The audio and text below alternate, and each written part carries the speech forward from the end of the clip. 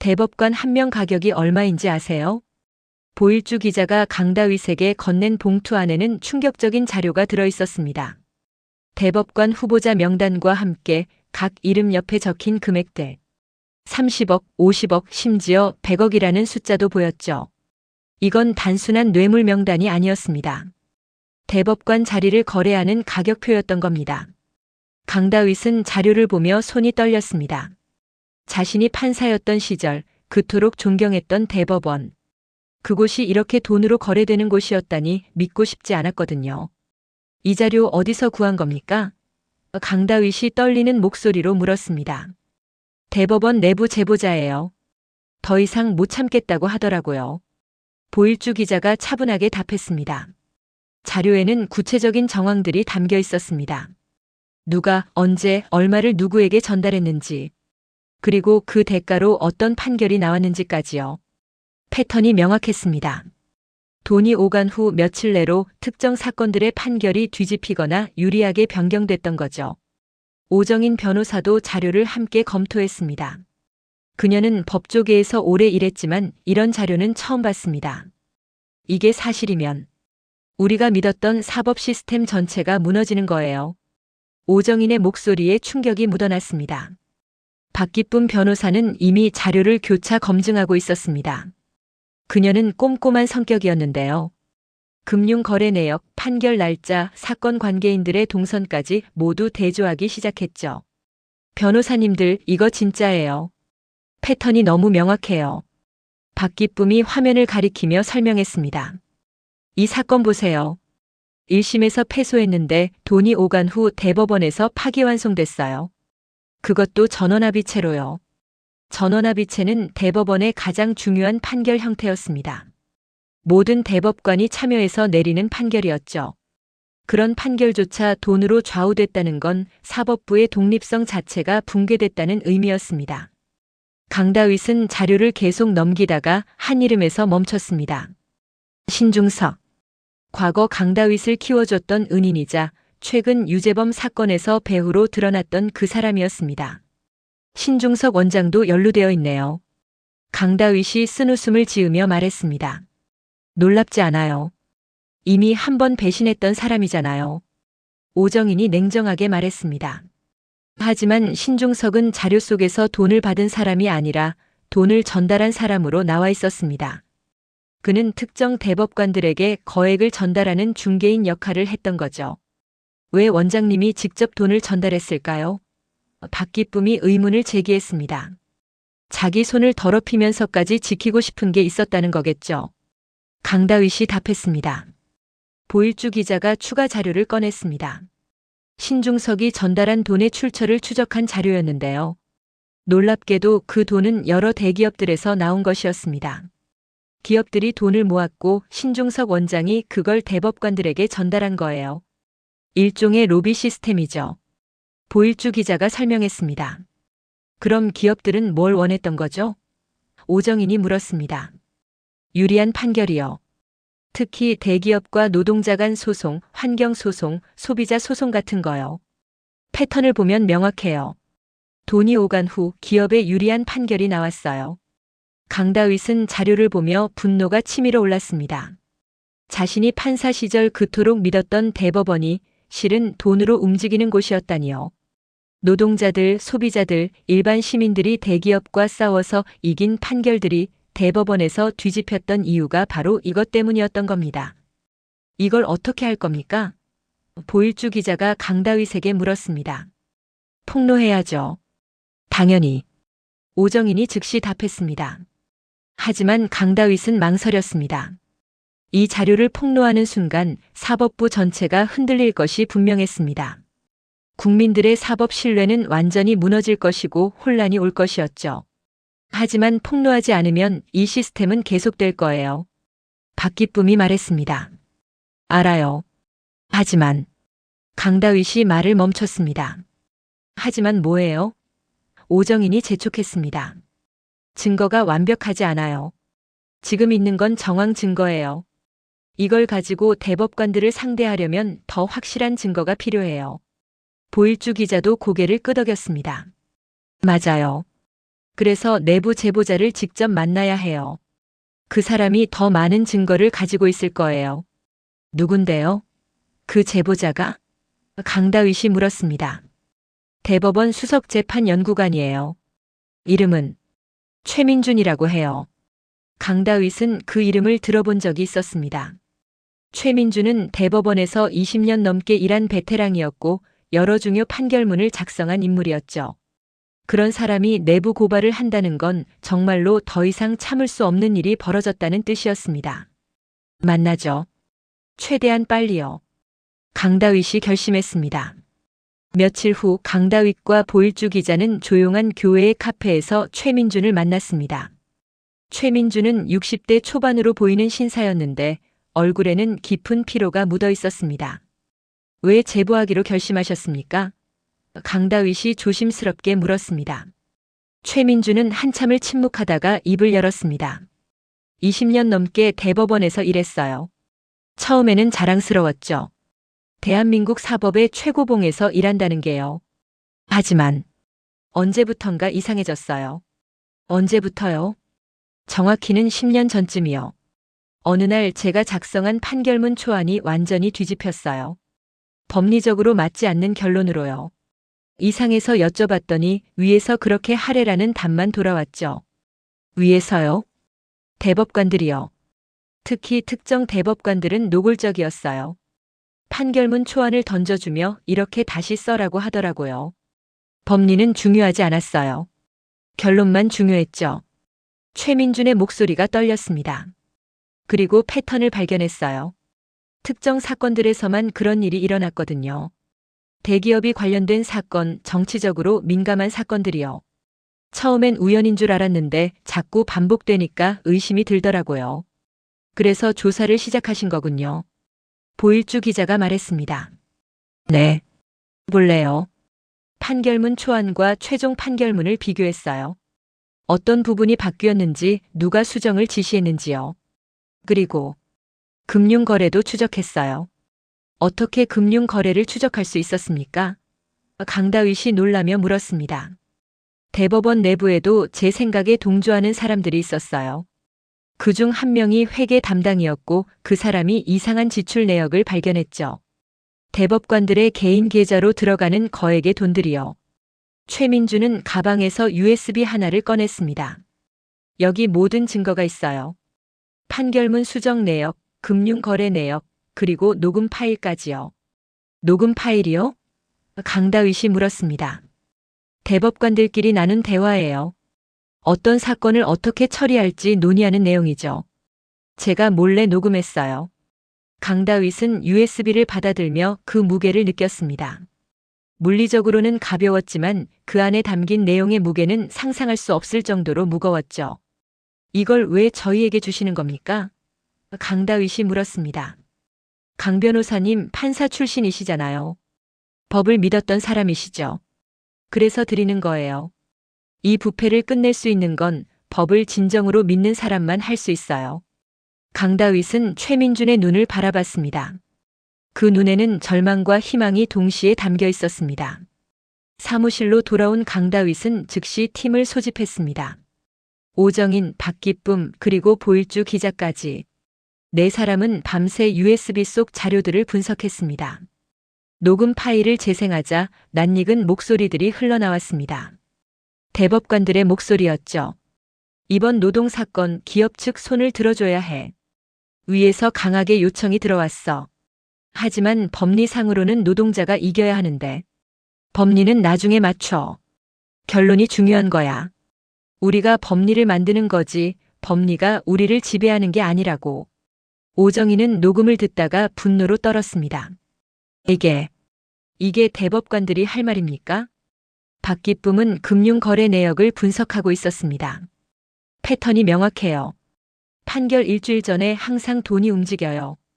그리고 판결 후에는 추가 금액이 또 들어가요. 일종의 성과급인 셈이죠. 강다윗은 판결문 수정 내역을 보고 있었습니다. 최민준이 작성한 원래 판결문과 최종 판결문을 비교하면서요. 차이가 극명했습니다. 원래 판결문은 법리에 충실했지만 최종 판결문은 결론을 맞추기 위해 억지 논리를 펼치고 있었죠. 이거 완전히 다른 판결이에요. 같은 사건을 두고 정반대 결론을 내렸어요. 강다윗이 한숨을 쉬었습니다. 보일주 기자가 물었습니다. 이제 어떻게 하실 거예요? 폭로해야죠. 하지만 강다윗이 망설였습니다. 하지만 뭐예요? 오정인이 재촉했습니다. 이걸 폭로하는 순간 최민준 선생이 위험해져요. 내부 고발자로 신원이 노출되면 그 사람 인생이 끝나는 거예요. 본인이 각오하고 제보한 거 아닌가요? 박기쁨이 물었습니다. 각오했다고 해도 우리가 보호할 방법을 찾아야 해요. 네 사람은 전략을 짜기 시작했습니다. 최민준의 신원을 보호하면서도 증거의 신빙성을 확보할 수 있는 방법을요. 며칠 후 강다윗은 신중석 원장을 직접 찾아갔습니다.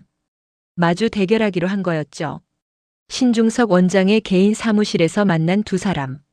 신중석은 강다윗을 보자 쓴웃음을 지었습니다. 자네 또 무슨 일로 왔나? 원장님이 대법관들에게 돈을 전달했다는 증거를 확보했습니다. 신중석의 표정이 굳어졌습니다. 무슨 소리를 하는 건가? 증거가 있어요. 금융거래 내역, 녹음 파일, 모든 게 다 있습니다. 신중석은 한참을 강다윗을 바라보다가 갑자기 웃기 시작했습니다. 자네 정말 순진하구만. 그 증거를 가지고 뭘 할 건가? 폭로하면 자네도 끝이야. 제가 끝나는 게 중요한 게 아닙니다. 진실을 밝히는 게 중요하죠. 진실? 신중석이 비웃었습니다. 자네가 밝히려는 게 진실이라고. 그건 시스템이야. 이 나라가 돌아가는 방식이지. 시스템이 부패했다면 바꿔야죠. 바꿔? 신중석이 책상을 탁 쳤습니다. 자네가 뭘 안다고. 이 시스템이 없었으면 이 나라 경제가 진작 무너졌어. 대기업들이 안정적으로 운영되려면 예측 가능한 판결이 필요해. 그게 법치주의야.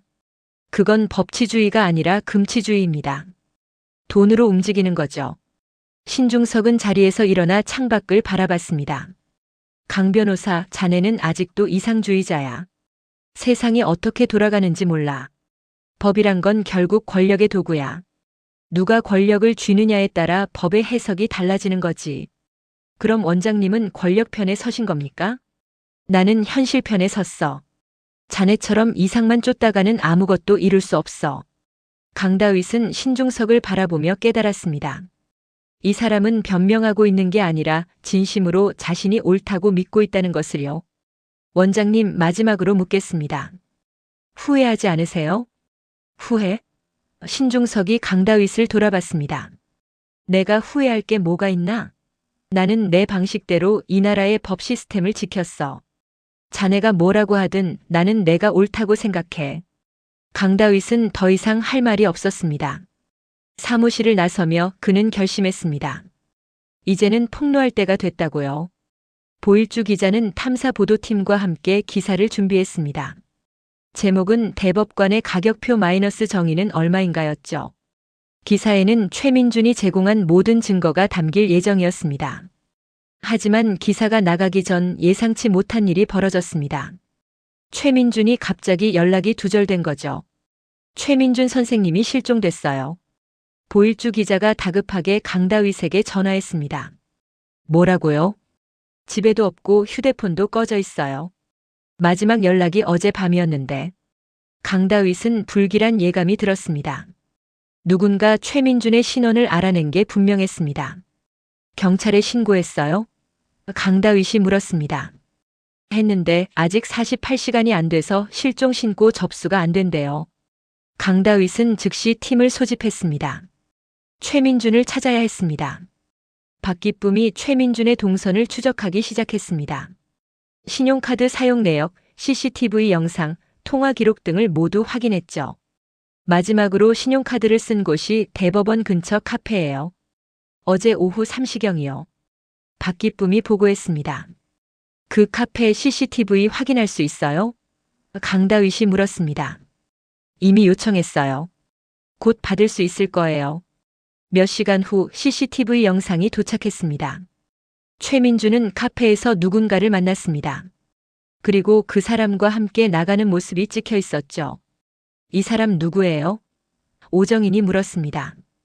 박기쁨이 얼굴 인식 프로그램을 돌렸습니다. 그리고 결과가 나왔죠. 한명수예요. 김석현 의원 비서실장. 강다윗은 소름이 돋았습니다. 한명수는 황준호 배신 사건에서도 등장했던 인물이었습니다.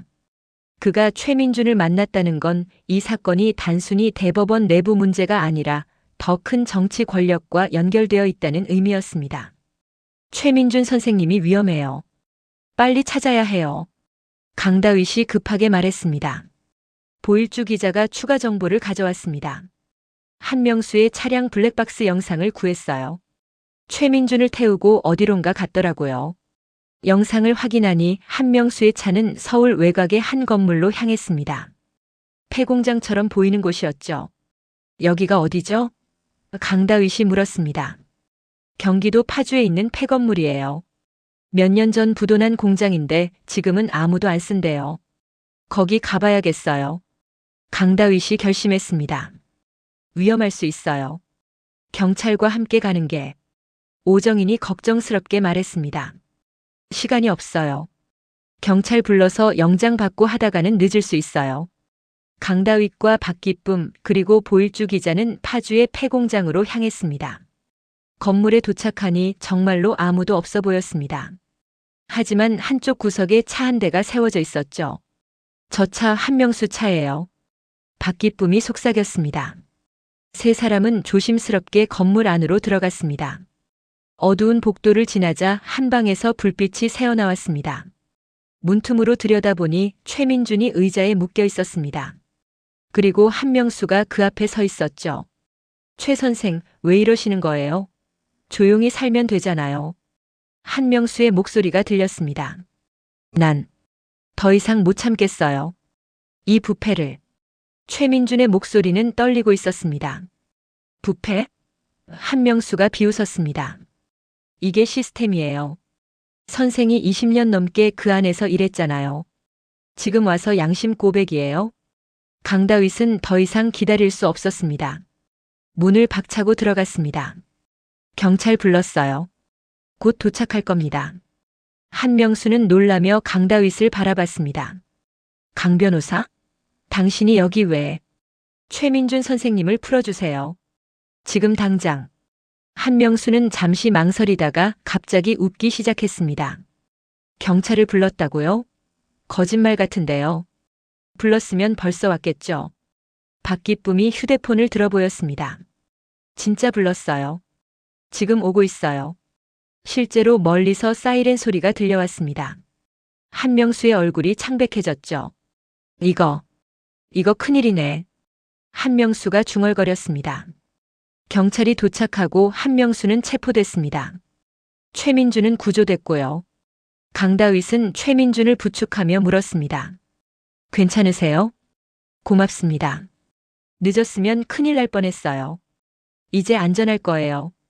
우리가 보호하겠습니다. 최민준 구출 이후 보일주 기자의 기사가 드디어 나갔습니다. 대법관의 가격표 마이너스 정의는 얼마인가라는 제목의 기사는 사회에 폭탄과 같은 충격을 줬습니다. 기사에는 모든 증거가 담겨 있었습니다. 금융거래 내역, 녹음 파일, 판결문 수정 내역, 그리고 최민준의 증언까지요. 여론은 들끓었습니다. 대법원 앞에서는 시민들의 시위가 벌어졌고 국회에서는 긴급 청문회가 소집됐습니다. 연루된 대법관들은 하나씩 사퇴했습니다. 처음에는 부인했지만 증거가 너무 명확했기 때문에 결국 인정할 수밖에 없었죠. 신중석 원장도 검찰 조사를 받게 됐습니다. 그는 조사실에 들어가면서 강다윗을 마주쳤습니다. 자네가 이긴 거야. 신중석이 쓴웃음을 지으며 말했습니다. 이긴 게 아니에요. 그냥 잘못된 걸 바로잡은 것뿐이에요. 바로잡았다고? 이제 사법 시스템 전체가 흔들릴 텐데? 흔들려야죠. 부패한 시스템은 무너져야 새로운 게 세워질 수 있으니까요. 신중석은 한참을 강다윗을 바라보다가 고개를 저으며 조사실로 들어갔습니다. 며칠 후 강다윗의 사무실로 최민준이 찾아왔습니다. 그는 훨씬 밝은 표정이었습니다. 변호사님 고맙습니다. 저를 구해주셔서요. 당연한 일을 했을 뿐입니다. 오히려 선생님이 용기를 내주셔서 고맙습니다. 처음엔 두려웠어요. 20년 넘게 일한 곳을 고발한다는 게. 하지만 더 이상 참을 수가 없었어요. 앞으로 어떻게 하실 겁니까? 대법원은 그만뒀어요. 이제 새로운 일을 찾아야죠. 강다윗은 잠시 생각하다가 제안했습니다. 저희 팀에 합류하시는 건 어떨까요? 프로보노 사건들을 함께 다루면서요. 최민준의 얼굴에 미소가 번졌습니다. 제가 도움이 될 수 있을까요? 물론이죠. 대법원에서 20년 일하신 경험은 귀중해요. 그럼 감사히 받겠습니다. 그렇게 팀에 새로운 멤버가 추가됐습니다. 며칠 후 오정인, 박기쁨, 최민준, 그리고 강다윗은 함께 술자리를 가졌습니다. 이번 사건으로 우리가 배운 게 뭘까요? 박기쁨이 물었습니다. 정의는 공짜가 아니라는 거요. 최민준이 답했습니다. 누군가는 대가를 치러야 해요. 저처럼 직장을 잃거나 위험을 감수하거나요. 하지만 그 대가를 치를 가치가 있었어요. 오정인이 말했습니다. 강다윗은 잔을 들며 말했습니다. 대법관의 가격표가 있었죠. 30억, 50억, 100억. 하지만 진짜 정의는 가격을 매길 수 없어요. 돈으로 살 수 없는 거니까요. 네 사람은 잔을 부딪혔습니다. 그날 밤 강다윗은 혼자 사무실에 남아 창밖을 바라봤습니다. 대법원 건물이 멀리 보였습니다. 예전 같았으면 그 건물을 보며 자랑스러움을 느꼈을 텐데 이제는 복잡한 감정이 들었죠. 하지만 동시에 희망도 느꼈습니다. 부패한 시스템이 무너지고 새로운 시스템이 세워질 거라는 희망이요. 정의는 가격을 매길 수 없습니다. 하지만 정의를 지키기 위해서는 대가를 치러야 합니다. 최민준처럼 강다윗처럼 그리고 진실을 위해 싸우는 모든 사람들처럼요. 강다윗은 책상 위에 파일을 펼쳤습니다. 새로운 프로보노 사건이었죠. 노동자가 대기업을 상대로 한 소송이었는데 1심과 2심에서 모두 졌고 이제 대법원만 남은 상황이었습니다. 이제는 달라질 거예요. 강다윗이 중얼거렸습니다. 대법원이 달라질 거예요. 그렇게 강다윗과 그의 팀은 다음 싸움을 준비하기 시작했습니다. 정의를 위한 끝나지 않는 싸움을요.